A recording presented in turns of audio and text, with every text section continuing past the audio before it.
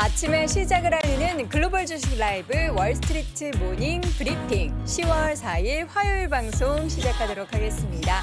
여러분 안녕하세요. 여도은입니다. 3일간의 연휴 잘 보내셨죠? 예.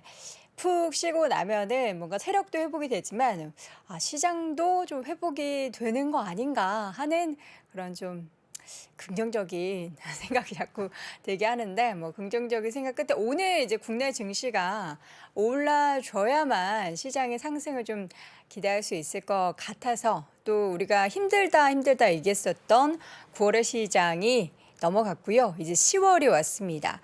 10월에는 우리가 이제 곡식이 여물고 좀 뭔가 이제 추수를 하는 그런 계절이잖아요. 이미 추수 시작했다고요? 그렇게 생각하면 우리가 우울해질 수밖에 없죠. 10월에 이제 우리가 수익을 수확한다라는 마음으로 여러분들이 10월 상큼하게 시작해 보셨으면 좋겠습니다. 여러 가지 우리 시청자분들이 이미 이제 뉴스로 많이 접하셨을 텐데요. 잠시 후 3대 지수가 모두 일제히 큰 폭으로 올랐던 밤 사이 뉴욕 시장 분위기 제가 정리해 보도록 하겠고요. 오늘 심층 인터뷰는 대신증권 문남중 수석 연구위원과 함께합니다. 10월이 왔으니까 과연 문 수석은 시장의 뷰를 어떻게 보고 있을까요? 쉽지 않았던 9월 그리고 10월에 대한 시장의 뷰 잠시 후 포인트별로 확인해 보도록 하겠고요. 오늘도 월가의 소식은 미국 주식에 미치다 이항영 전문위원과 함께 확인해 보시길 바랍니다. 자, 이 가운데 오늘 주제부터 함께 확인을 해보도록 하죠. 오늘의 주제는요. 금리와 달러가 밤사이에 하락을 했고요. 이 가운데 유가가 올랐고 뉴욕 증시가 올랐습니다. 이 약간 시장의 분위기가 가늠을 할 수 없는 그런 상황입니다.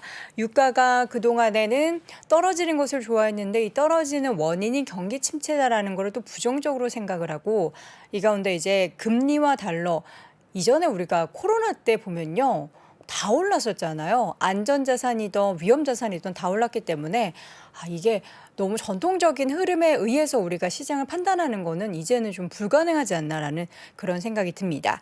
그 가운데 3대 지수 마감 상황 기분 좋게 확인을 해보도록 하죠. 저는 이제 좀 쉬었더니 목소리가 좀 살아난 것 같습니다. 역시 사람도 시장도 잠깐 좀 피곤할 때는 쉬어줘야 하는 것 같습니다. 다우지수, S&P 500, 나스닥 모두 2% 넘는 강세를 보였는데요. 다우지수는 2.66% 상승한 29,490선에서 마감이 됐고요. S&P 500 지수는 2.59% 오른 3,678포인트 선 그리고 나스닥 지수도 2% 넘게 2.27% 오른 1,815포인트 선 마감을 했습니다.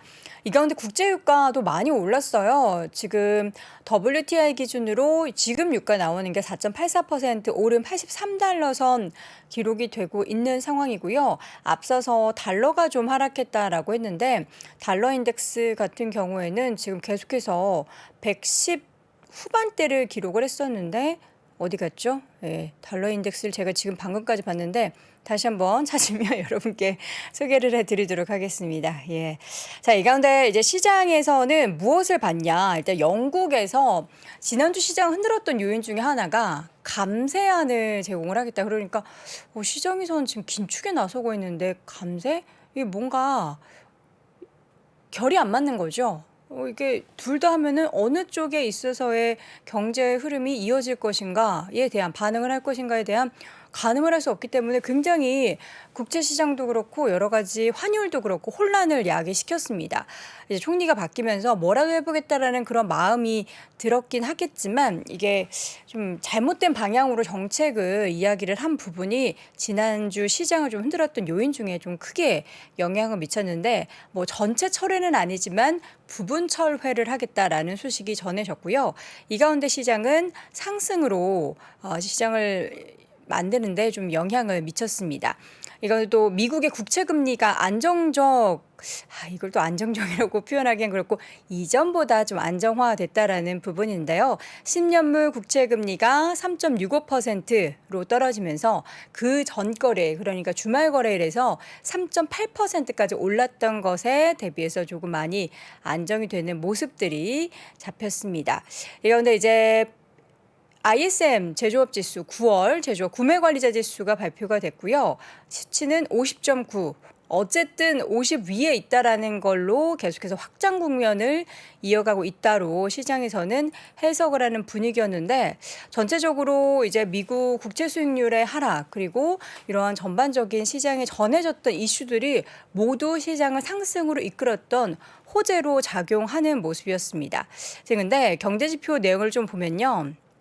ISM 제조업 지수가 50.9를 기록을 하긴 했지만 예상보다는 사실 저조한 수치기는 합니다. 그럼에도 불구하고 시장에서는 그래도 50을 계속 위에서 등락을 보이면서 상회했어 라는 부분들이 좀 다르게 해석되는 그런 상황이었고요. 또 부동산 경기 선행지표 역할을 하는 건축비 지출이 예상보다 크게 밑돌고 있는데 이것도 이제 경기에 대한 우려를 가질 수 있는 부분인데도 오히려 시장에서는 이를 더 반영하기보다는 전체적으로 좋았던 호재에 더 많이 반영을 하는 그런 모습이었습니다.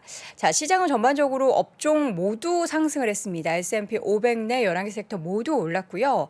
특히 이제 반도체주들이 일제히 좀 반등했다라는 게 긍정적이었고 대규모 감산 논의, 그러니까 산유국께서 대규모 감산에 대해서 논의를 한 예고와 함께 국제유가가 5% 넘게 생산을 줄이겠다라는 부분과 함께 국제유가 올랐음에도 불구하고 시장에서는 이걸 또 우려감으로 받아들이지는 않는 모습. 그러나 이제 국제유가의 상승 여기에 따른 정유주가 일제히 오르는 모습들이 나타났습니다. 이게 이제 어제 밤 사이에, 그러니까 오늘 밤 사이에 이런 반등이 과연 추세적으로 10월에 9월에 하락했었던 시장의 회복이 나타나는 건지 그냥 이제 베어마켓 랠리나 데드캣 바운스 정도로 생각을 해야 되는지는 좀 더 시장을 지켜보셔야 할 것 같습니다. 자, 맵을 보면서 전체 시장 분위기를 좀 보도록 하죠. 초록초록합니다. 그냥 초록도 아니라 거의 형광펜으로 색칠을 해 놓은 것처럼 굉장히 진한 연두색 빛이 펼쳐지고 있죠. 마이크로소프트의 주가가 3% 넘게 올랐고요. 애플도 3% 넘게 상승, 그리고 옆에 있는 이제 반도체주 엔비디아 3%, 인텔 4%, 지금 마이크론도 3% 넘게 올랐고요. 전체적으로 모두 파란불, 모두 초록불, 그리고 구글의 주가도 3% 넘게 올랐는데 메타까지 올랐는데 트위터의 주가는 좀 힘을 내지 못했어요. 2% 후반대 하락세 보였고요. 메타도 2% 넘게 올랐습니다. 디즈니의 주가도 3% 가까이 올랐고 넷플릭스도 1.5%대 상승. 전통적인 경기 방어주, 성장주 할 것 없이 모두 올랐는데 그 특징이 통신주도 올랐고 금융주도 모두 올랐어요. 근데 이제 아쉽게도 헬스케어 섹터에서 존슨앤존슨이나 일라이릴리의 주가는 소폭 하락으로 마감이 됐다라는 거. 그리고 아마존도 지금 2% 넘게 올랐고 홈디포 주가도 2% 넘게 올랐지만 여러분들도 함께 이야기 나누고 계시고 보고 계실 테슬라의 주가가 8% 넘게 하락을 했습니다. 테슬라가 왜 이렇게 하락을 한 건가 지금 전해진 소식을 보니까 원래 10월 1일에 현재 시각 10월 1일에 발표 예정이었던 지난 3분기의 출하 통계가 시장 기대치에 미치지 못했습니다. 당초 예정이었었던 1일이 아니라 2일에 발표를 했고요. 지금 내용을 보니까 지난 3분기 36만 5,923대를 생산해서 34만 3,830대를 고객들에게 인도를 했다라고 합니다.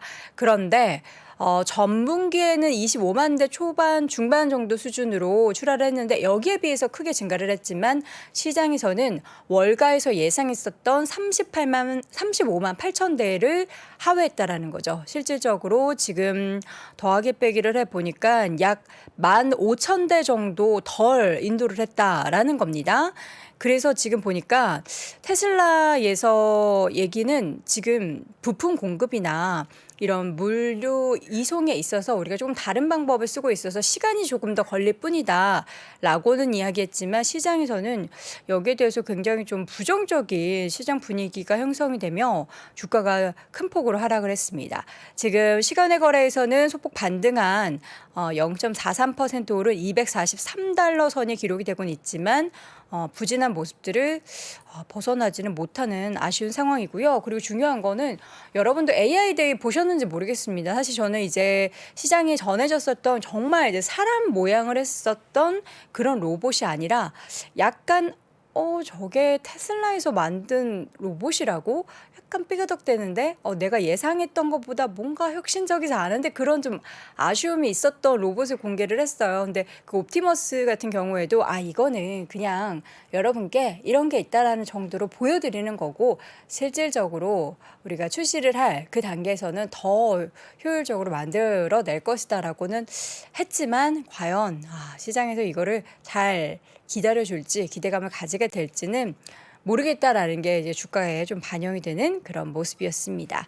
자, 이렇게 해서 전반적인 뉴욕 시장 분위기 쭉 확인을 해봤고요. 잠시 후에는 대신증권 문남중 수석 연구위원과 함께 시장에 대한 매크로적인 변수 그리고 시장 전망 함께 이야기 나눠보도록 하겠습니다. 임자, 3프로 TV랑 백년 화편이랑 참 똑같은 거 알아? 암만 알죠. 참 잘들 만들어. 3프로 콘텐츠도 그렇고 백년 화편은 쫄깃쫄깃 떡맛이 참 좋고. 또 락샤리 하자뇨. 3프로 내용이랑 백년 화편식 재료가 얼마나 고급진데. 무엇보다 참 성실들혀. 매일 새 콘텐츠 올려주고 매일매일 당일 만든 떡만 배송하자녀. 떡상하는 그날까지 백년화편. 새벽 6시 반. 아침 방송을 위해 새벽부터 시작되는 긴 하루. 스튜디오로 향하는 발걸음을 가볍게 하는 상쾌한 만남이 있습니다. 자, 방송 들어가겠습니다. 하나, 둘. 오늘 아침 페이지 2 김동환입니다. 오늘도 출발해 볼까요? 내일이 기다려지는 신선하고 다채로운 맛과 향. 오늘도 저는 운조 커피를 마십니다. 3프로와 함께하는 운조 커피. 여러분의 하루와 언제나 함께합니다. 원두, 드립백, 더치커피, 다양한 선물 세트까지 검색창에서 운조 커피를 검색하세요.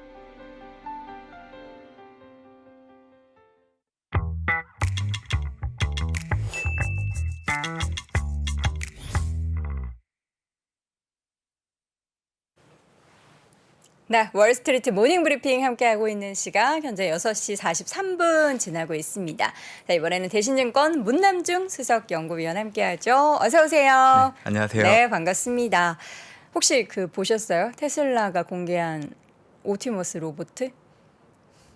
못 보셨어요? 봤습니다. 네. 보긴 봤는데 어떠셨어요? 어떤 질문하실지 제가 긴장을 해가지고. 아니 긴장하실 필요는 없고요. 네. 저는 사실 보면서 우리가 신문에서 되게 많이 나왔던 그 사람 형체의 로봇이 일단 아닌 거에서 저는 뭐지 싶었고요. 네. 두 번째로는 테슬라가 이 정도 기술력밖에 안 된다고?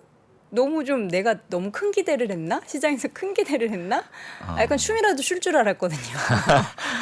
자연스럽게. 근데 정말 약간 로봇같이 삐그덕 되는 그런 모습이라서 좀 약간 아쉬웠어요. 아무래도 이 사람들의 기대치를 많이 낮춰놓은 상황에서 네. 향후에 이제 그런 기대치들을 드라마틱하게? 아마 오. 그런 걸 연출하려고 하지 않았을까 저는 그래요? 그런 생각을 해요. 긍정적으로 또 생각하시는군요. 그러기를 바라봅니다. 왜냐하면 우리나라 테슬라 주주분들이 많으시잖아요. 네. 이 로봇에 대한 기대감도 굉장히 많이 가지고 지켜보셨을 텐데 그렇지 못해서 우리 문 수석님의 말씀처럼 기대감을 낮춰놨다가 그걸 확 끌어올릴 만한 어떠한 또 중간 시장에 전해지는 긍정적인 이야기 있기를 바라봅니다. 자, 드디어 10월이 왔습니다. 네. 밤사이 반등, 어떻게 10월의 반등은 기술적 반등일까요? 아니면은 우리가 10월에 추가적인 어떻게 9월에 이어서 하락을 좀 염두해야 돼야 할까요? 분위기는 좋습니다. 첫 출발이 그래도 이제 투자자들 대부분 이제 네. 기대하시는 그 결과가 나왔기 때문에요. 하지만 3분기 글로벌 증시를 놓고 온다고 하면 네. 2008년도 금융위기 이후에 처음으로 3분기 연속 하락하는 모습이 나왔기 때문에 음. 사실 시장의 분위기는 그렇게 녹록지 않은 상황이라는 얘기 좀 드리고 싶고요. 그렇죠.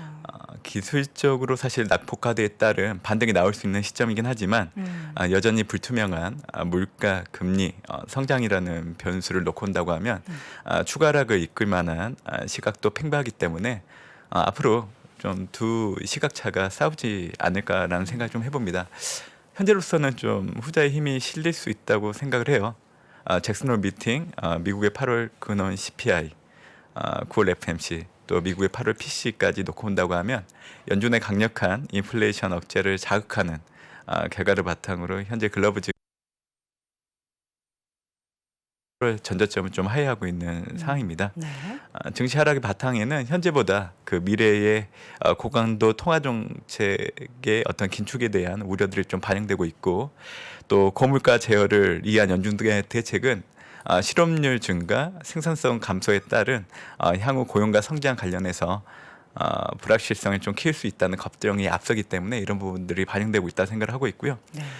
사실 미국 증시는 지난달 마지막 주 직전 저점을 사수하기 위해서 고군분투를 했지만 결국 대만과 한국 증시처럼 전저점을 하회하기 시작을 했기 때문에 사실 이런 부분들을 놓고 온다고 하면 앞으로 이제 반등을 좀 기대하시기보다는 데드캣 바운스 정도로 아직까지 좀 염두에 두실 필요가 있다 생각을 하고 있고요. 네. 하지만 저는 이제 10월 달을 양분해서 좀 봐야 된다고 보고 있는데 10월 상반월까지는 상승과 하락이라는 짧은 진폭의 변동성을 좀 보일 수는 있겠지만 네. 연저점을 계속 갱신하는 추가 하락이 나타나기는 어렵다고 좀 보고 있기 때문에 10월 상반월은 큰 기대를 갖기는 어려운 환경이긴 하지만 그래도 추가 하락이 나타나기는 어렵다라고 생각을 하고 있습니다. 그러니까 이제 단기적으로 시장의 뭔가 추세 같은 경우는 이렇게 확 꺾이진 않겠지만 우리가 기대하는 것만큼 9월의 시장을 모두 회복할 만큼의 시장의 상승을 보기는 어렵고 좀 이렇게 상승과 하락이 오가면서 네. 지루한 박스권 장세가 이어질 것이다라는 거잖아요. 네, 10월 상반월까지는요. 그 어떻게 상반월은 그랬으면 하반월은 좀 다릅니까? 하반월은 사실 연저점을 갱신하면서 추가 하락할 확률이 높은 시기라고 생각을 해요. 그래서 미국 증시를 놓고 봤을 때 네. 9월 마지막 주부터 이제 다른 타 증시가 직전 저점을 하락하기 시작하기 때문에 미국 증시 역시 연저점을 깨면서 계속 하락하는 거 아니냐 우려가 많이 커졌던 상황이죠. 네. 이런 상황들이 이제 10월 하반월 때 그 확률이 높아진다 좀 그렇게 좀 보고 있는 거고요. 제가 10월 상반월 이전까지 그래도 증시가 잘 버텨줄 수 있다고 보고 있는 이유들이 있는데 그걸 먼저 말씀드리도록 하겠습니다. 네. 사실 미국 증시가 향후 저점을 형성하고 추세의 전환을 하기 위해서는 세 가지 선교 조건이 필요합니다. 첫 번째가 물가 피크아웃, 두 번째가 연준 통화 긴축 피크아웃, 세 번째가 시장 금리 피크아웃인데 그래도 지금 미국 증시가 잘 버텨주고 있는 그 바탕에는 세 가지 선교 조건 중 가운데 그래도 올해 6월 이후 물가 피크아웃이 나타나고 있기 때문에 거기에 바탕에서 잘 버텨주고 있다고 생각을 합니다. 네.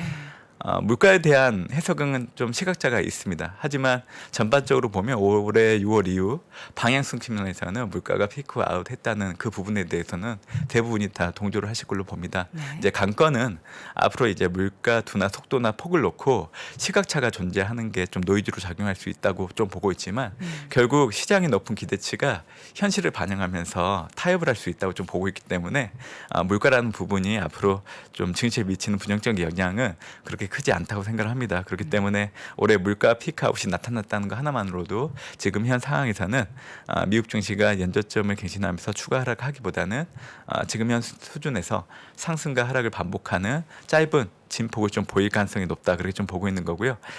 제가 10월 하반월 때 좀 추가 하락이 나타날 수 있다고 좀 얘기를 드리는 이유들은 결국 세 가지 정도의 요인들이 있습니다. 네.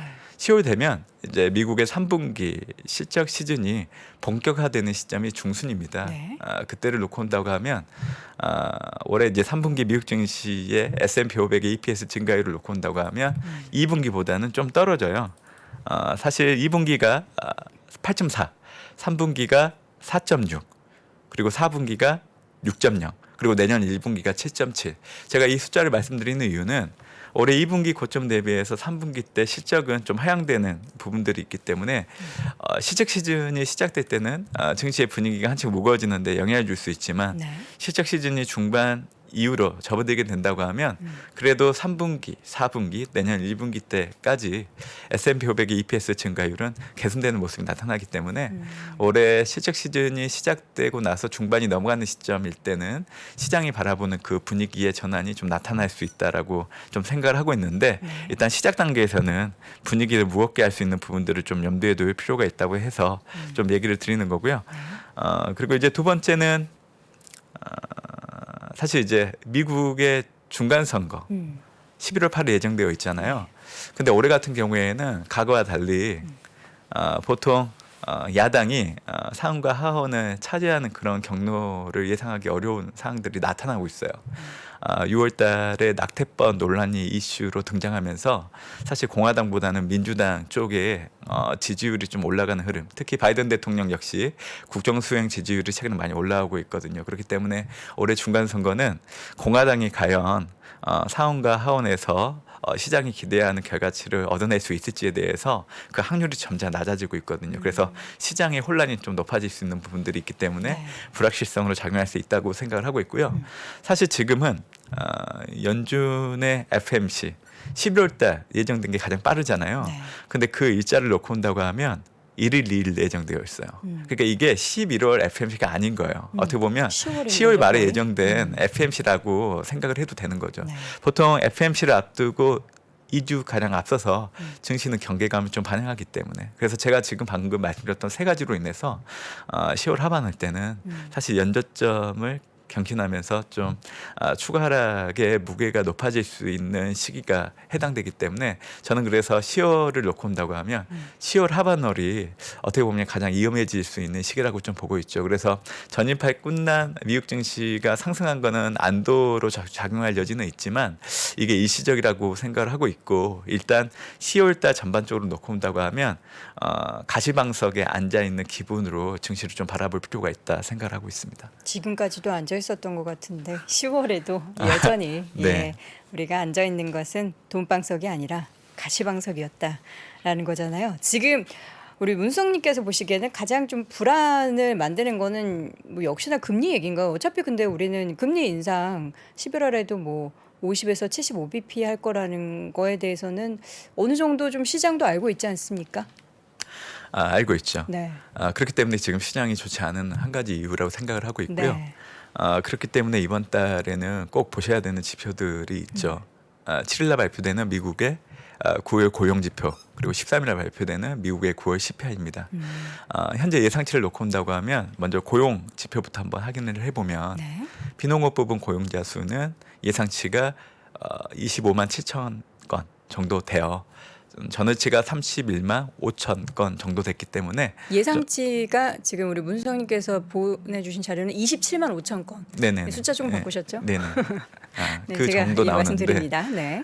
좀 부진한 흐름이 예상되고요. 실업률은 3.7 동일하고 시간당 평균 임금은 전년 동월 대비와 비교했을 때 전월이 5.2 근데 이번 달 예상치가 5.1입니다. 네. 그러니까 비농업 부분 고용자 수가 좀 부진하게 나올 것 같아요.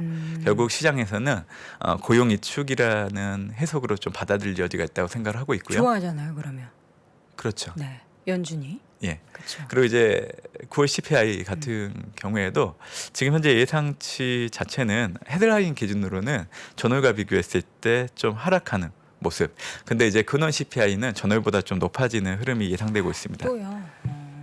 전월과 좀 비슷한 흐름이죠. 그렇죠. 그래서 이제는 시장이 이 근원 CPI에 대해서 어떤 해석의 무게감을 전월보다 좀 덜 줄 걸로 좀 보고 있기 때문에 이 두 가지 지표의 조합은 고용 이축, 물가 둔화 라는 결과로 좀 기교될 수 있다고 보고 있습니다. 이렇게 된다고 하면 11월 FMC 때 기준금리 인상 폭에 대해서 75pp가 아니라 50pp 인상 확률이 커질 수 있는 그 가능점이 된다고 그렇게 좀 저는 보고 있습니다.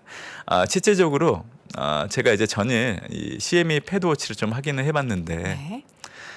잠깐 화면을 좀 보면 그림 6번을 한번 봐주시면 좋을 것 같은데 11월 FMC 기준금리 인상 확률을 어제 확인을 해봤더니 빅스텝이 42.5 자이언트 스텝이 57.5예요. 네. 일주일 전과 비교를 해보면 빅스텝이 27.5에서 42.5로 많이 올라왔죠. 네.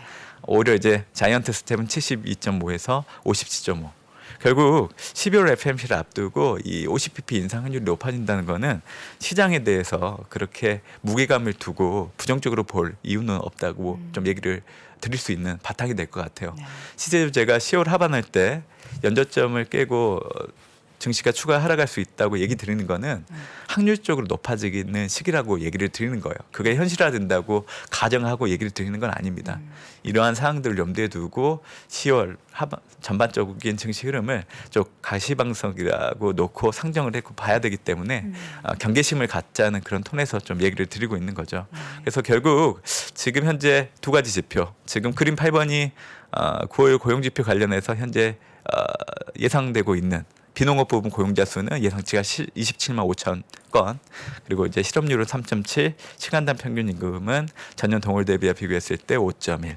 그리고 그림 9번을 보면 지금 현재 예상치인데 헤드라인 CPI가 8.1, 그리고 근원 CPI가 6.5.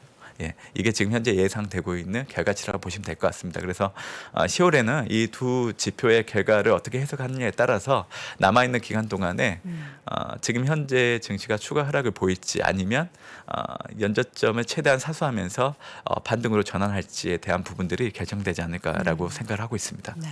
이 밖에도 10월에 우리가 좀 주목해봐야 될 이벤트가 더 있나요? 너무 뭔가 많은 것 같긴 한데 더 있을 네. 것 같아서. 사실 이제 뭐 국가별 이벤트를 좀 확인할 필요는 있다고 생각을 네. 합니다. 특히 중국 16일 날부터 22일까지 제20차 당대회가 예정되어 있는데요. 시진핑 상연임이 확정되는 건 당연한 결과인데 중요한 점은 제20차 당대회가 끝나고 나서 중국 식민정책 고수에 대해서 이거를 풀지 아니면 폐지할지, 이제 미국과의 관계가 어떻게 전개될지에 대한 부분들이 좀 관건으로 작용하지 않을까 생각을 하고 있고요. 제20차 당대회는 향후 5년 동안 중국 지도부와 정책 방향이 어떻게 될지를 좀 가늠할 수 있는 이벤트라고 좀 봐주시면 되겠습니다. 네. 그리고 27일에는 22일 10월 통화정책회의가 예견되어 있는 사항인데요. 최근 유로 지역의 근원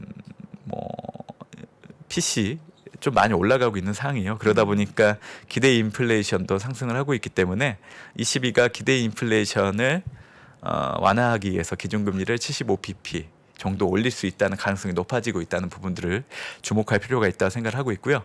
27일, 28일에는 이제 BOJ 금정위가 예정되어 있죠. 완화적인 통화정책 기조를 계속 유지를 할 겁니다. 지난달 금정위를 놓고 온다고 하더라도 물가 안정 목표 2%를 도달하기 이전까지는 완화적인 정책을 유지하겠다고 그렇게 얘기를 했고요. 또 장단기 금리 차의 어떤 흐름들도 현 수준에서 유지하겠다고 밝혔기 때문에 기조 자체가 바뀔 상황은 아닙니다. 지금 말씀드렸던 10월 22, 10월 BOJ 두 통화정책 이벤트를 놓고 온다고 하면 결국 10월 달에도 강달러 압력이 여전히 유효할 수 있다는 겁니다. 22가 이제 금리를 올리는 부분들 네. 분명 일시적으로는 달러가 사실은 이제 약세 압력을 받을 수 있는데 일시적으로 영향을 줄 수 있다고 좀 볼 수는 있지만 제가 이제 항상 강조드리잖아요.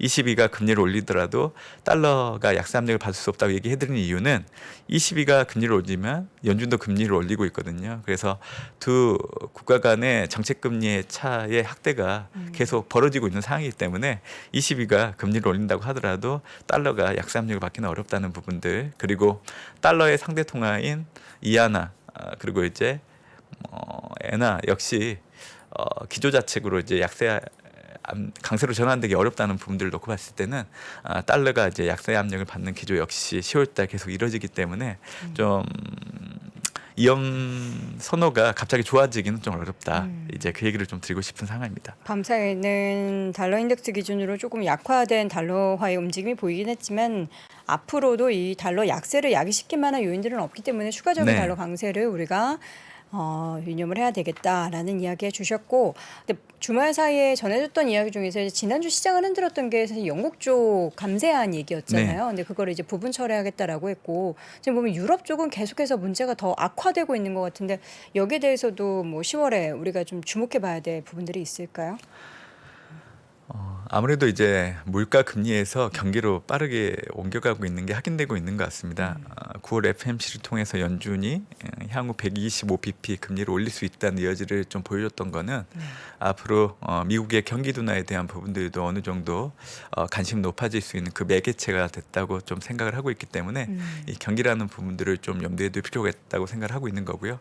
특히 미국 경제는 올해 연말까지 민간 부분 부진 그리고 정부 지출도 좀 감소할 여지가 있다는 부분들을 염두에 두고 성장 흐름이 둔화될 수 있다는 부분들을 챙겨야 될 것 같고요. 네. 저는 이제 논 US 국가에서 확산되는 경기 불안을 좀 염두에 두고 있는 부분들이 있어요. 그래서 계속 유로존과 중국, 한국을 그 대표적인 국가로 좀 얘기를 해드리고 있는데 특히 뭐 유럽 쪽 분위기가 그렇게 심상치는 않은 것 같습니다. 물론 이제 영국발 금융 불안은 제가 보니까 정책의 일관성이 너무 없어요. 그렇죠. 그러다 보니까 시장의 신뢰를 많이 이렇게. 등졌다고 좀 생각을 하고 있기 때문에 결국 앞으로 영국 쪽에서 들려오는 이슈들은 시장에 미치는 부정적인 영향력이 그렇게 크지 않을 걸로 좀 보고 있고요. 그렇기 때문에 저는 이제 영국보다는 유럽 전체 지역들이 앞으로 더 문제이지 않을까 생각을 합니다. 노드스트림 1이 중단이 계속되고 있기 때문에 결국 유럽의 천연가스 가격이 계속 올라갈 여지가 있습니다. 결국 겨울철을 앞두고 있기 때문에 천연가스 가격은 물가 급등으로 연결되게 되고 결국 ECB가 50pp 이상, 사실 75pp 이상 금리를 올리는 배경이 될 수밖에 없습니다. 이렇게 된다고 하면 이탈리아 같은 재정 취약국들의 국채 금리가 또 상승하기 때문에 우려를 가중시킬 수 있는 부분들. 그래서 전반적으로 보면 천연가스 공급이 재개되지 않는다고 하면 아마 겨울철을 앞두고 독일을 중심으로 이 배급제를 시행할 여지가 있어요. 그렇게 된다고 하면 올해 4분기, 내년 1분기 유럽은 이제 역성장을 할 수 있다는 부분들, 그리고 경기 부진이 심화될 수 있다는 부분들이 유럽을 떠나서 전반적인 글로벌 증시에도 부정적인 영향을 줄 수 있다고 생각을 하고 있고요. 중국 또한 부동산 시장이 좋지 않고 있고 올해 2분기 성장률이 0.4%, 1분기만 놓고 온다고 하더라도 4% 후반 가까이 성장을 하다가 0%대로 둔화되고 있는 상황이기 때문에 성장 흐름이 약화되고 있는 부분들, 그리고 한국 역시 물가가 수요처 감력으로 계속 올라가고 있고 농산물 가격이 많이 올라가고 있는 부분들을 바탕으로 해서 한국은행 이번 달에도 또 금통이 예정되어 있잖아요. 그렇기 때문에 50bp 금리 인상은 당연하다고 생각을 해요. 결국 한국 역시 물가 급등에 따른 성장 둔화, 특히 글로벌 경기들이 하반기 들어서 둔화되면서 수출 증가율의 둔화폭이 더 확대되고 있는 부분들이 있기 때문에 논 US 국가들에서 확산되고 있는 경기 불안들이 남아있는 연말까지 좀 전반적인 글로벌 증시에 부정적인 영향을 좀 끼칠 수 있다고 생각을 하고 있습니다. 네. 논 US 중에서 우리나라도 포함되는군요. 네, 저는 그렇게 그게 좀 보고 씁쓸합니다. 있습니다. 네. 수출에 대한 계속된 좀 부정적인 시장 분위기가 만들어지고 있어서 우리 증시도 굉장히 안 좋은데 미국 시장 투자 분위기를 볼 때도 그 한국의 수출 부진이나 전반적인 경기 부진이 굉장히 영향을 미칠 것이다라는 이야기까지 들어봤습니다. 10월 뭐 9월에도 안 좋았지만 10월에도 사실 계속된 불안감 말씀해 주셨던 게 이제 연말에 우리가 좀 그렇게 웃을 일이 없다라는 이야기를 해 주셨잖아요. 왜 이렇게 웃으세요? 왜 웃으시는 거예요? 네. 말을 조금 해도 네, 되나요? 말씀하세요. 코멘트를? 사실 이제 투자자들 입장에서 미국 증시를 놓고 온다고 하면 지수의 저점이 어느 정도일지에 대해서 많이 궁금하실 겁니다. 그쵸. 그래서 사실 제가 말씀드린다고 해도 그게 뭐 정확하게 맞아 떨어질지에 대한 부분들을 확답을 가지고 얘기는 드리지 못하지만 네. 그래도 과거 사례를 통해서 말씀을 드리면 어느 정도 이제 가늠하실 수 있기 때문에 좀 말씀드리도록 하겠습니다. 네. 올해처럼 이제 물가가 높고 실업이 낮은 투자 환경은 1979년도 8월부터 81년 5월 정도 사이, 그러니까 볼코 전 의장이 재임했던 시절이라고 보시면 됩니다. 그때 S&P 500 지수와 S&P 500의 P, EPS 이거는 선행이 아니라 과거 12개월 P와 선행을 놓고 고점과 저점과의 하락률을 놓고 온다고 하면 지수는 마이너스 23.6%, P는 마이너스 26.8%, EPS는 마이너스 11.8% 하락을 했죠. 그래서 올해 적용을 해보면 S&P 500 지수의 추가 하락을 통해서 좀 초점이 나올 수 있는 지수대는 3,095.6포인트 정도 됩니다. 그래서 이 정도까지는 만약에 미국 증시가 추가 하락한다고 하면 이 정도로 좀 지지를 받을 수 있다고 좀 가늠을 해야 될 거로 좀 보고 있고요. 네. 저는 이제 PE만 적용을 해보면 3,511.2포인트 정도 돼요. 그렇기 때문에 지금 10월 달 들어서 기술적 반등 얘기가 나오고 또 추가 하락이 나온다고 하더라도 그렇게 큰 폭의 하락은 나타나지 않을까라는 분위기가 좀 형성되고 있기 때문에 아마 미국 증시가 1차적으로 좀 지지를 받을 수 있다는 거는 한 3,511.2포인트 정도. 그러니까 과거 PE가 하락했던 분을 반영하면 이 정도 네. 좀 염두에 두시면 좋을 것 같고 P와 EPS 전반적으로 놓고 온다고 하면 2차 지지선으로 3,095.6포인트 정도 염두에 두고 투자를 하시면 좋을 것 같고요. 네. 미국 증시의 하단도 그렇게 멀지 않았다고 저는 생각을 하고 있기 때문에 아마 10월 하반월 정도까지만 잘 인내한다고 하면 그래도 4분기 남아있는 11월, 12월 달에는 만약에 이제 10월 하반월에 이제 큰 폭의 저점이 확인된다고 하면 네. 그 이후로는 좀 안도할 수 있는 분위기는 형성될 거로 좀 보고 있기 때문에 네. 그 길이 멀지 않았다고 생각을 합니다. 그래서 네. 조금만 더 참고. 기다려 주시면 좋을 네. 것 같습니다. 예. 사실 우리가 작년 S&P 500 기준은 작년 고점 대비해서 지금 최근에 이제 상반기나 뭐 9월까지 이렇게 하락한 걸 두고 봤을 때는 이제 거의 바닥에 다가오고 있다라는 그런 말씀이신 거잖아요. 네. 음. 제가 네. 이제 연간 전망을 했을 때도 네. 올해 3분기가 그래도 이제 가격 측면에서는 가장 좋지 않은 시기가 될 수 있다는 부분들이 있다고 좀 생각을 했었고 네. 그리고 이제 4분기 때는 중간 선거 또 내년에 이제 미국 경기 침체 들어갈지 여부는 아직 단언해서는 안 되기 때문에 그 확률을 감안한다고 하면 그래도 4분기보다는 3분기 네. 가장 좋지 않고 4분기 때는 좀 좋아지는 흐름 나타나지 않을까 좀 보고 있기 때문에 얼마 멀지 않았다. 조금만 더 버텨 주시면 네.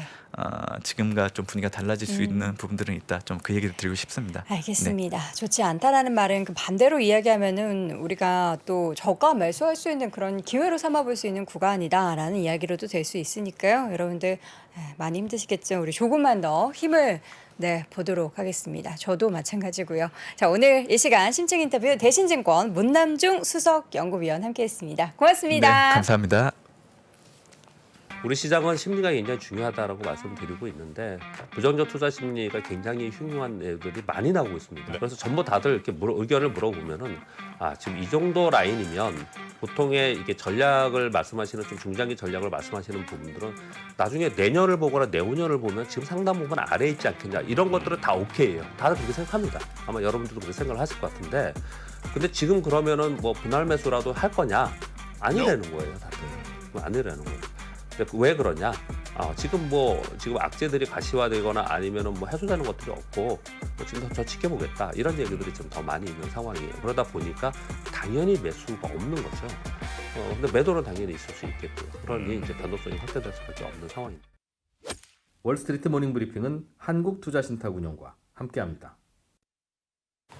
네, 월스트리트 모닝 브리핑 함께하고 있습니다. 벌써 7시 9분이 지났습니다. 바로 미국 주식에 미치다 이항영 전문위원 만나보도록 하죠. 어서 오세요. 네, 안녕하세요. 이항입니다. 네, 뭐 하루짜리 반등에 좋아할 수는 없지만 어쨌든 시장이 이렇게 2%까지 오른 데는 뭔가 이유가 있겠죠. 그러니까 한때 3% 넘게 반등하면서 한 3.12? 뭐 그 정도 갔었거든요. 네. 만약 그렇게 끝났으면 거의 또 한 2년 만에 최고의 반등폭이 나왔을 텐데 오늘 그 정도는 아니고요. 네. 여하튼 2, 3개월 만에 최대의 상승폭이 나왔습니다.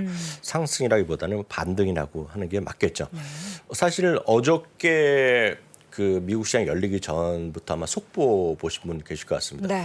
영국이 한때 세계를 호령하던 나라인데 이렇게 정책을 이랬다 저랬다고 그러니까요. 이번에 나온 정책이 소위 부자들에 대한 감세안을 철회한 거 아닙니까? 그렇죠. 근데 이게 정말 또 그게 맞는지 안 맞는지를 이제 믿을 수가 없는 거죠. 네. 그러니까 신뢰감이 많이 떨어져 있습니다. 여하튼 그런 발표가 나오다 보니 영국의 금리가 좀 내려가고요. 네. 영국의 금리 내려가니 미국의 금리가 내려가고 영국의 파운드가 약간 또 살아나니 미국의 달러가 또 약해지고 이런 것들이죠. 거기다가 유가가 최근에 또 하락세였는데요. 오페크 플러스에서 에너지에 대해 상산을 좀 줄일 수 있다는 논의 뭐 이런 것들이 나오면서 에너지가 급등하면서 11개 섹터가 모두 오늘 올라가는 모습 이런 것들이 나오면서 결론적으로 보면 이 3% 약간 못 미치는 정도, 2%대 3대 지수가 모두 상승하는 모습을 보여준 게 네. 오늘의 그런 흐름이 되겠습니다. 다만 네. 지난주 금요일 날 역시 흘러내리면서 9월 20일 이후 딱 하루 올라가는 역사적으로 딱 역사를 그대로 카피했죠. 9월 28일 하루만 올라가고 다 네. 하락하는 모습. 물론 이제 기대감은 10월은 9월 중간선거 앞서 문 의원도 얘기하셨지만 중간선거 있는 해에 9월 30일 저점이었기 때문에 네. 이번에도 좀 통계 좀 맞았으면 좋겠는데 모르겠습니다. 여튼 이런 시장에서의 흐름이 이어진 하루가 되겠죠. 네. 그걸 이제 제가 말씀드린 걸 간단히 말씀드린 걸 그림으로 확인해 보시면 왼쪽은 일단은 영국입니다. 영국의 금리가 좀 내렸다. 그쪽 계속 올랐다. 지금 내렸다. 이건 영국의 파운드입니다. 파운드 대비 US인데요. 파운드가 좀 상대적으로 좀 반등했다라는 정도가 이해하시면 되겠고요. 네. 그래서 우리한테 중요한 건 미국의 금리인데요. 미국의 금리가 좀 고점에서 약간 내려오면서 퍼센트로 보면 또 4%나 금리가 내려가는 그런 모습을 보인 것이 되겠고요. 미국 달러는 말씀드렸다면 뭐 많이 내린 건 아닙니다. 오히려 일본 엔화는 뭐 재미도 없었는데요. 여튼 미국 달러가 소폭 하락하는 모습 이런 것들이 흐름이 되겠고요. 네. 말씀드렸던 오페크 플러스에서 석유 생산을 감축한 이런 논의가 있으면서 실제로 보면 유가가 좀 급반등하면서 83달러대를 회복했거든요. 그러다 보니 말씀드렸던 대로 에너지 수익들이 크게 올라간 모습이 되었습니다. 네. 이제 ISM 제조업까지 잠깐 말씀드리겠는데요. ISM 제조업의 PMI 50이 기준이거든요. 네. 50 이상이지만 상당히 흘러내렸습니다. 그래서 52.8에서 50.9가 내였고 뭐 예상 정도 수준인데요. 이러다 보니 이제 긍정적으로 보는 사람들이 야 이거 ISM 제조업이 꺾인 거 아니냐 뭐 이러면서 약간 불안하다 이런 것들이 안 좋게 생각하면 안 좋은 거지만 반대쪽으로 보면 야 이거 뭔가 좀 연준해서 야 좀 속도를 늦추지 않을까라는 일말의 희망을 가질 수는 있는데 약간 제가 보기엔 과도한 해석이라고 보셔야 되겠고요. 있는 것은 있는 것 그대로 일단 보시면 되겠습니다. 네. 자, 이 가운데 달러 얘기를 조금 더 해볼 텐데 네. 방금 전에 이제 문성님 같은 경우에는 뭐 네. 밤사이엔 달러 인덱스 기준으로 조금 살짝 소폭 내려가긴 했지만 네. 앞으로 남은 연말에 달러와의 강세는 계속해서 지속될 것이다로 이야기를 하셨거든요. 네, 외과에서도 네, 그런 그렇습니까? 거죠. 지금 보면 달러가 하루 이런 거 했다고 해서 그렇게 해석하는 분들이 많은 거죠. 왜냐하면 지난주에 있었던 영국의 감축한 그런 감세안 때문에 급하게 더 속도가 빨라졌었잖아요. 그러니까 속도가 더 빨라진 거는 우리가 넘어갈 수 있겠지만 실제로 지금 미국 달러의 그 강세 추세를 바꾸긴 쉽지 않다는 거죠. 이 부분은 실제로 그 파이낸셜 타임즈 기사를 제가 주말 라이브 할 때 잠깐 설명드렸는데 혹시 못 보신 분을 위해서 다시 한번 설명드린 건데 이거는 원문을 찾아보는 걸 제가 진짜 강추드립니다. 이거 좀 관심이 있으신 분은요. 특히 좀 여러 가지 얘기 나왔지만 그런 그 메인 주제 중에 하나는 미국 달러의 강세가 이어질 수 있다는 것이 하나의 큰 메인 기사의 내용이 되겠고요. 네. 구체적으로 보면 미국 달러 인덱스가 1% 변할 때마다 1% 올라갈 때마다 S&P 500의 기업이익은 0.5% 정도 줄어들 수 있다. 뭐 이건 1% 얘기하는 사람도 있고 골드만삭스는 0.3% 얘기를 하고 있지만 어찌 됐건 그런 수치적으로 나오는 것을 모건 스탠리에서 얘기했다. 그러니까 약간 좀 강하게 얘기하는 겁니다. 모건 스탠리는 전체 의견은 0.3% 정도로 얘기를 많이 합니다. 월가에서는. 그렇지만 어찌 되었건 우리 식으로 보면 미국 매출 비중이 높은 거죠. 우리를 보면 내수주라고 보시면 되겠습니다. 그러니까 수출보다 내수 비중이 높은 섹터. 그게 뭐겠습니까? 유틸리티 이런 거잖아요. 유틸리티고 일단 그 싼 물건을 많이 파는 소매업 이런 것들이 되겠죠. 이런 것들 때문에 해외에서 많이 수입하다 팔고 이러니까 그런 것들이 되겠고 해외에서의 어떤 매출이 상대적으로 적은 것들 그런 것들에 대한 섹터나 기업군 위주 그러면서 이제 플러스 알파로 들어가는 것은 늘 자주 내긴 하는 퀄리티 기업이나 캐시카루의 우호적인 거 그래서 배당을 좀 증가하고 이런 것들에 대한 일반적인 얘기가 또 기사에 쭉 나옵니다. 그래서 이거 여러분들 진짜 강추드리지만 이 기사는 한번 찾아서 파이낸셜 타임즈 기사니까요. 한번 찾아서 보시기를 강추드리겠습니다. 일단 일반적인 논리는 다 비슷하다라고 보셔야 되겠죠. 그러니까 많이 떨어진 거에 따른 주식을 찾을 수도 있고 뭐 여러 가지 있을 수 있겠지만 일반적으로 가장 교과서에서 얘기하는 것들은 여기에 기사에 다 담겨 있다라고 보시면 되겠고요.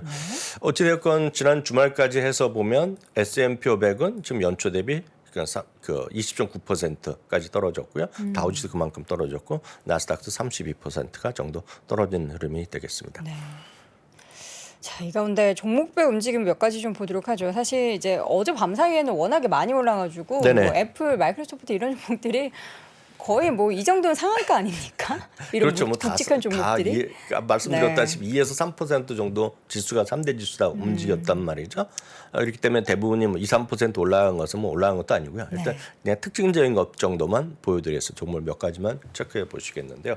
애플이 3%, 마이크로소프트 3.3% 정도 올랐습니다. 그러니까 거의 똑같은 흐름, 두 개 다 그림이 잘못 나왔는데요. 똑같은 마이크로소프트 다 똑같은 그림, 더 저점에서 회복됐다고 보셔야 되겠고요. 엑선모빌이 오늘 5.2% 올라갔고요. 옥시덴탈 페트롤도 4.2%. 그러니까 똑같은 거의 그 같은 흐름이라고 보셔야 되겠습니다. 좀 에너지가 조금 더 많이 올라갔다라고 일단 이해하시면 되겠고요. 넥스트라 에너지는 대표적인 유틸리티고 상대적으로 보면 가장 지금 유틸리티가 뭐 연초 대비 마이너스까지 갔어요. 그러니까 연초 대비 좀 섹터로 보면 플러스 난 건 에너지밖에 없고 유틸리티 밀려났지만 유틸리티가 대표적으로 미국 내 매출 비중이 높을 수밖에 없는 거잖아요. 물론 이제 유틸리티 기업들의 미국의 또 상당 기업은 다국적으로 합니다. 그래서 미국 그리고 캐나다에 같이 하는 기업들이 상당히 많아요. 어찌된 그런 비즈니스를. 그래서 그걸 이제 북미라고 통칭하면 어찌됐건 에너지가 그날에서 나오는 그 유틸리티가 그나마 지금 많이 좀 얘기를 많이 나오고 있다라고 보셔야 되겠고요. AMD도 오늘 4%, 뭐 엔비디아도 3%대 오늘 올랐어요. 그렇지만 큰 의미라기보다는 다 같은 흐름이었다라고 일단 이해하시면 되겠고요. 테슬라가 이제 뉴스거리가 유일하게 되는 거죠. 왜냐하면 지난 토요일 날 아침에 역시 그 많은 사람들이 일론 머스크 타임이라는 얘기했습니다. 그래서 매번 시간이 늦어진다는 건데요. 이번에도 뭐 저희가 처음에 얘기했을 때 대부분 1시간 정도, 2시간 정도 늦어더니 결국 우리나라 시간을 보면 오전 10시 15분, 뭐 10분 그때부터 시작을 했어요. 정확하게 얘기를 항상 했던 것보다 좀 늦춰졌었는데요.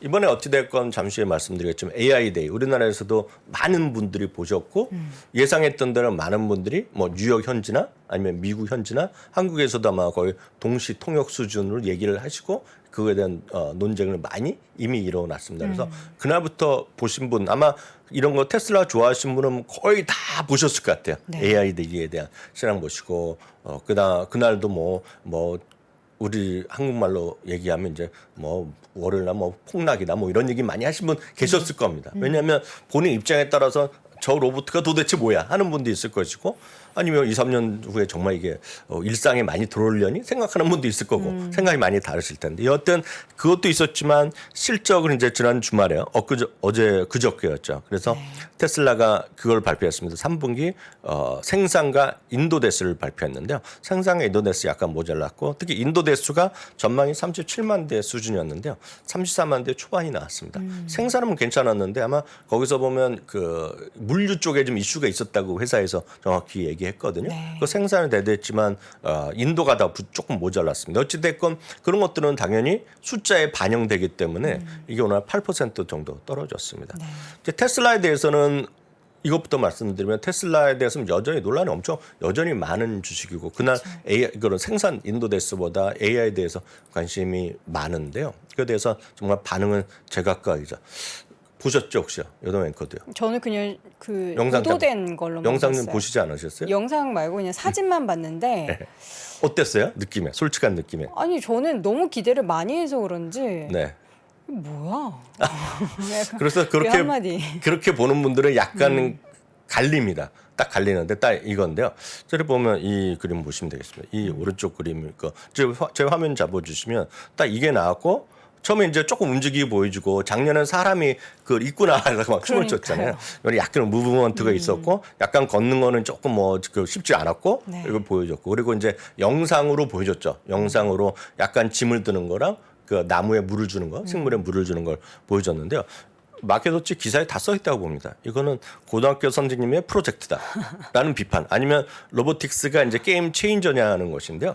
혹시 이거 드라마 보신 분 계실 것 같아요. 저는 못 봤어요. 이게 휴먼스라는 영국 영국 드라마인데요. 뭐 저는 이제 좋아하니까 다 봤죠. 그리고 아마 이분은 아시는 분 계실지 모르겠지만 이번에 그 마동석 씨 나왔던 네. 거 있었죠. 이터널스. 이터널스 주인공이죠, 아. 이분이. 여하튼 이건데 이걸 기대하면 안 되는 거죠. 이 상황까지. 저는 저건 좀 무서워요. 아니 근데 뭐 이건 드라마 얘기지만 이 정도까지 아직 아닌 거죠. 네. 그래서 다 차이 나는 겁니다. 이 정도로 보는 분들은 하이스쿨이라고 보는 거고 고등학교 이거 뭐 프로젝트 고등학교에 우리나라 보면 선생님이랑 애들이 나가고 대회 과학 경시대 네. 나가잖아요. 그런 거 생각하는 사람도 있는 거고 로보틱스가 정말 게임 체인저라고 생각하는 사람. 그리고 이제 뭐 항상 이분이 일론 머스크가 예상했던 말 발표하는 것보다 더 늦어진 건 사실인데요. 이번에 3년에서 5년 사이에 뭐 $2만 수준 로봇을 만들어서 뭐 한다니까 뭐 어떻게 될지 모르지만 여튼 그런 것에 대한 차이는 분명히 있다. 그래서 이 부분은 논란은 여전히 똑같아요. 테슬라를 좋아하는 분과 좋아하지 않는 분의 차이라고 보셔야 되겠고요. 애널리스트로 이거 AI 데이 자체 갖고 레포트로 나오지는 않습니다. 그러니까 커멘트 정도는 나오는데요. 오늘 보시면 오늘 일자로요. 딱 한 군데에서 의견을 냈어요. 의견을 냈는데 트위스트라는 곳에서 선언했는데 여전히 매수 의견이고 딱 하나 그 목표 주가를 오히려 올렸어요. 340에서 350달러 수준을 $5, 올려놨거든요. 네. 그러니까 그 정도가 오늘의 하나 그러니까 목표 주가 바뀐 것은 딱 하나 있었다. AI 데이나 이런 그런 그 3분기 생산 인도돼서 나서 바뀐 곳은 딱 하나 업데이트된 거 딱 하나였다는 거 확인드리겠습니다. 네. 자, 이 가운데 이제 월가의 시가 몇 가지 볼 텐데 드디어 JP 모건의 그 반인 반신 네. 이분이 손을 든 거예요? 그런 얘기를 많이 하죠. 그래갖고 이것도 일단은 그 뉴스에 따라서 제목은 그렇게 쓰진 않았지만 항복선이 나왔다라는 거를 많이 표현하는 사람들이 있습니다. 그래서 이거는 뭐냐면 이거 오른쪽 이제 제가 원문을 한번 보여드리는데 나중에 이거 그 캡처해 갖고 보시면 되겠고요. 뭐냐면은 마리코 콜라노맥이 지금 4,800을 여전히 유지를 하고 있거든요. 그 연말까지 4,800인데 4,800에 대해서 자기가 이렇게 제시했던 것은 몇 가지 조건이 있었다는 겁니다. 그 지정학적 이런 위험이라든가 통화 정책 이런 그 연준의 위험이 결국은 지금 그렇게까지 과하지 않을 거고 해소될 거라고 자기가 보고 있었으나 이런 것들이 계속 이어지면서 자기가 생각했던 2022년의 목표 가격 4,800이 도달하지 못할 위험을 빠뜨렸다. 제가 일부러 거의 직역을 했습니다. 그리고 그것은 2023년 또는 그 이상까지 좀 실현되지 않을 수 있다. 그러니까 약간 몸을 낮춘 거죠. 그러니까 이런 걸 보면서 사람들이 이건 드디어 항복했다라고 타이틀을 적는 사람이 있습니다. 것들인데 결국은 지금 똑같습니다. 지금 똑같이 이렇게 가장 자기 생각이 틀릴 수 있다고 얘기하는 것은 연준의 매파적 발언이 고조되면서 중앙은행이 정책적 실수를 하고 있다는 겁니다. 그러니까 정책 실수를 하고 있다는 사람들 얘기가 대표적인 것이 이분이랑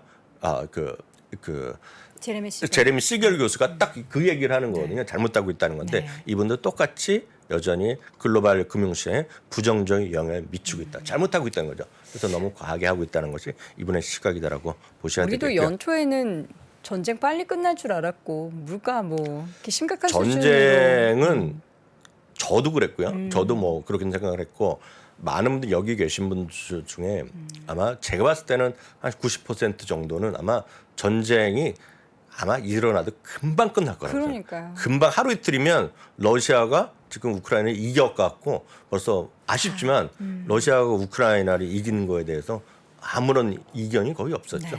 그거는 저는 그런 거 좋아하시면 계시지만 군사 이런 채널도 엄청 보거든요.